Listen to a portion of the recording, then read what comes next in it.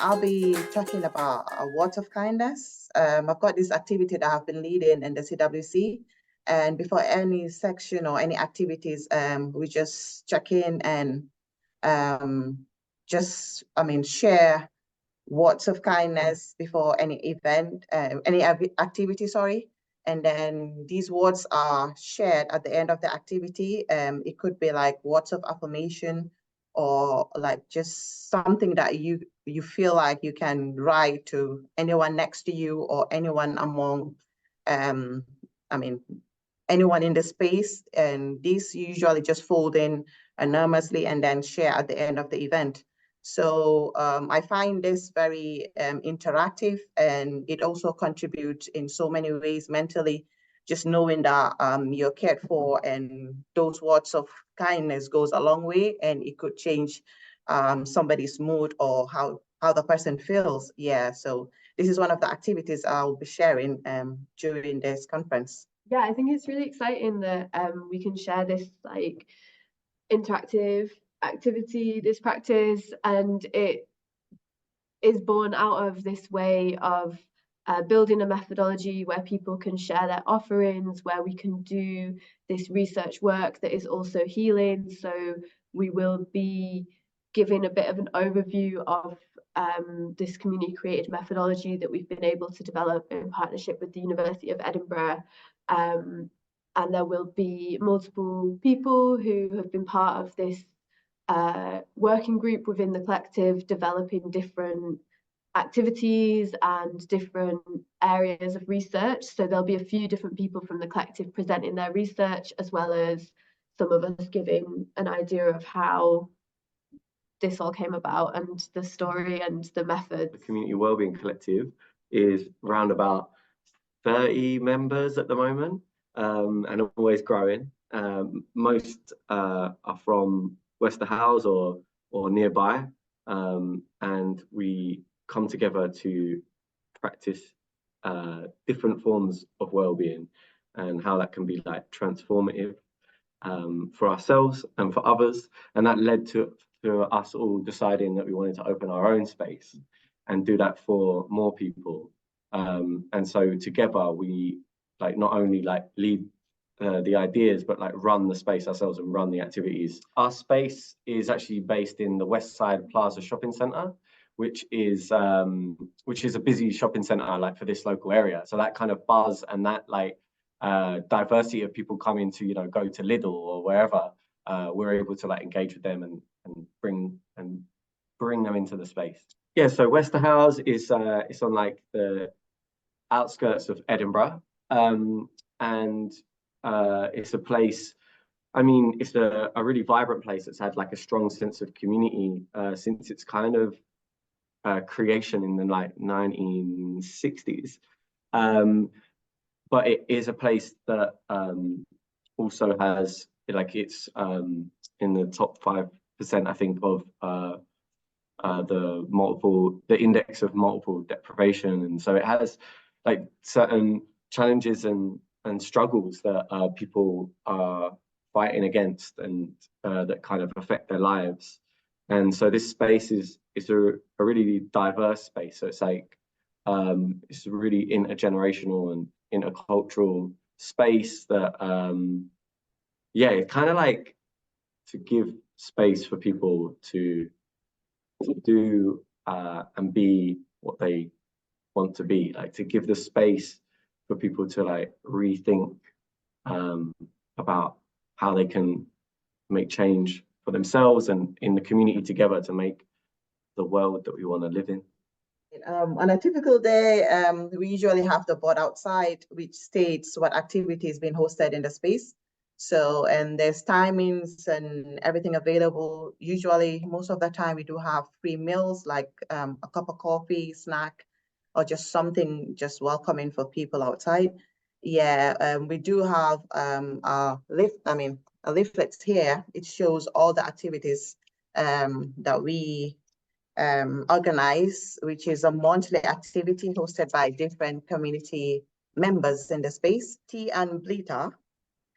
We did have life planning and Alpha Mission, which is a multilingual group that talk about different languages and stuff. So the affirmation as well is hosted by a different person.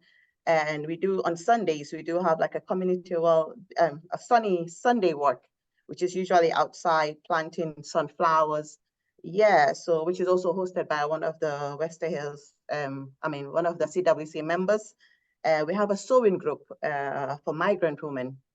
Yeah, so this is also by SCORE Scotland. So they use the space and they come in and have these lessons and activities going. We've got yoga for people in addiction recovery.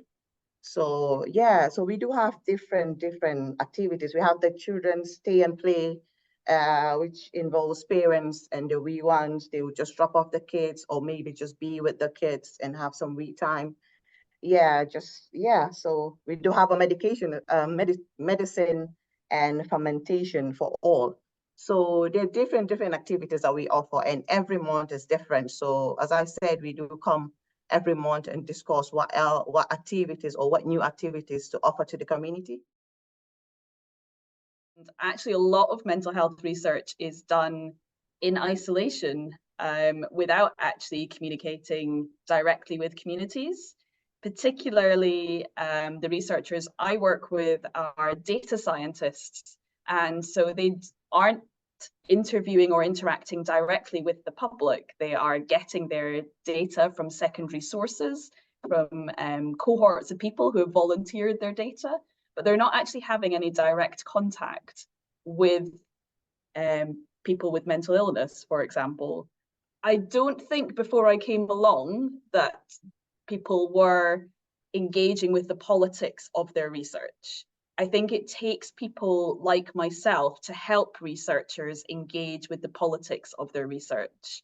I don't think it's naturally in their training and their thinking to consider the political angle and the activism angle of their research. We, as a social art collective and entity, were using kind of similar methods of coming together over shared urgencies, things that were important to us, things we felt needed to change, but also coming together to create together this space of like collective care. And then we can never be like prescriptive or like predict the future. So kind of what things arise from that process is not something that we would necessarily be able to predict at the beginning. Like, we're always surprised by the journeys that we go on, but we do this kind of like understanding where our common struggles are, which I think is always a very political act. But to do that, we need these spaces of care where we can share like this. So kind of asking who was interested to join a sort of more focused working group of all of the CWC members, making sure it was something that was accessible, so also including payments for the work, including childcare. These are things that are very important to make it possible for us to come together,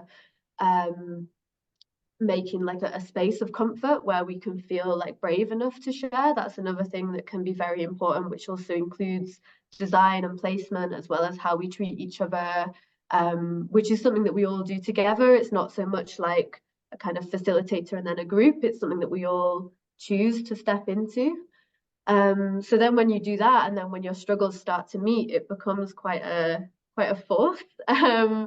So we can understand our struggles in common, we can understand what needs to change.